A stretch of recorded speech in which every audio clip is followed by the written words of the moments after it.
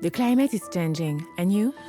Coral reef serves as a natural barrier to break down the wave energy and to protect coastal communities from severe weather.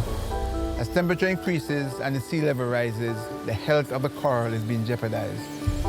The St. Lucia Divers Association, ABAGLO, we are adapting by repairing damaged reef so we can have a better coral cover. To do this, we have our coral nurseries. We create coral trees and we place fragments on them. We have electricity on rebar structures, and this allows the corals to grow faster.